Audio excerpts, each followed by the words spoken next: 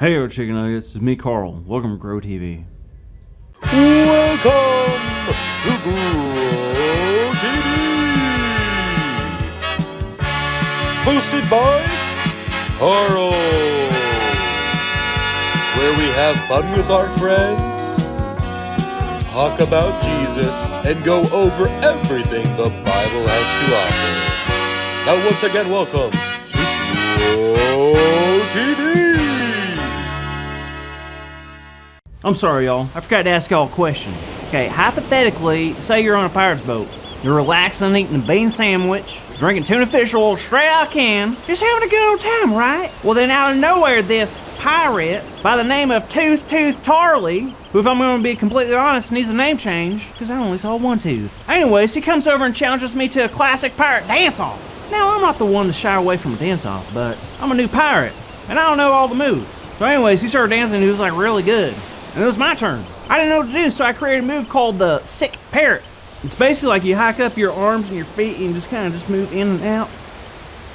You know, like a sick parrot would. I don't know, it was terrible. But I couldn't think of anything. Then it was my turn again, so I did a move called the Curvy Scurvy. I moved so fast, I feel like I dislocated my hip. It was awful. As soon as I finished, people laughed. I felt like I made a fool of myself. And well now, I'm just mad. This guy embarrassed me in front of all these people. Well, I'm gonna do something about it. I'm not sure what I should do. Now, a normal good person would forget about it and move on. But I'm not a good person anymore, remember? I'm a pirate.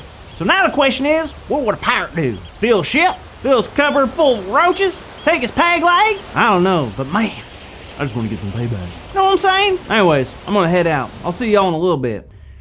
Well, it looks like Carl has a big choice ahead of him. He could choose to get back at the other guy and try to get even, or Carl can choose to forgive and let go. What do you think you would do? Because I don't know about you, but I've had a lot of times in my life where I've felt like getting back at others. Because it's so easy to get angry and want to hurt others like they've hurt you. It's also tempting to live how we want to instead of listening and living how God wants us to. But that's our job. Jesus tells us that if we love him, we'll live how he did. Now, there are so many ways to describe Jesus, right? You could say he was patient, loving, kind, smart, honest, but one word that we don't usually mention, and it's just as important as the others, is that Jesus was wise.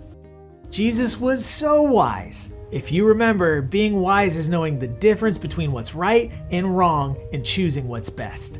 So you can imagine being wise as followers of God is something we should crave. Let me ask you a question. Have you ever been promised something and the person broke that promise? How did that make you feel? Not great, right? Well, in the letters that James wrote to the church, we find out that God promises us something amazing. In James 1, it says this: "If any of you lacks wisdom, you should ask God, who gives generously to all without finding fault, and it will be given to you." God promises that if we ask for wisdom, we're gonna get it. It's not maybe we'll get wisdom or we might get wisdom. It's a promise, a guarantee. How cool is that? So that means if you're in a tough spot and you have to choose between what's right and what's wrong, God is promising to help you by giving you wisdom. And this wisdom is the good wisdom. Let's read out of James chapter 3, verses 14 through 18. "But if you harbor bitter envy and selfish ambition in your hearts, do not boast about it or deny the truth. Such wisdom does not come down from heaven, but is earthly, unspiritual, demonic. For where you have envy and selfish ambition, there you find disorder in every evil practice." I don't want that kind of wisdom. But the wisdom that comes from heaven is first of all pure, then peace-loving, considerate, submissive, full of mercy and good fruit, impartial and sincere.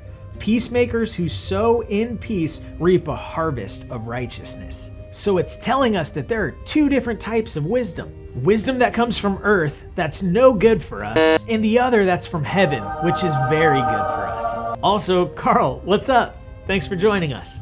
Hi, Andrew, how's it going, man? Really well, man. I was just talking with the kids, and I want to see how you're doing with that situation. Well, I gotta be honest, I'm stuck. I don't really know what to do. Let me ask you this. What do you think the right thing is to do?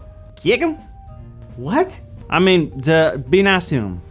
Every part of me wants him to be embarrassed like he made me feel embarrassed. But what? Well, that's not the right thing to do. It's definitely not what Jesus would want me to do.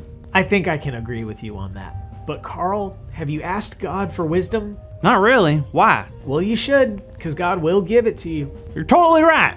Plus, I know the wise thing is to be like Jesus, and I can be wise by choosing to do what is good. And doing good is definitely not kicking people.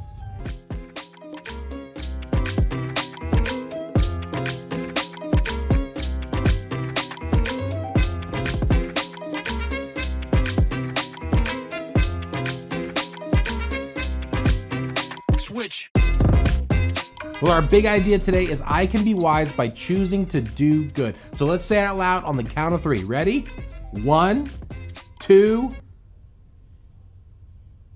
3. I can be wise by choosing to do good. Excellent. Perfect. That is what I'm talking about. Great job, ladies and gentlemen. Perfect. Now, next week, we get to find out what treasure Carl is going to find, so please do not miss it, and we will see you next time on Grow TV. See you soon. Thank you for watching, and tune in next week for a new episode of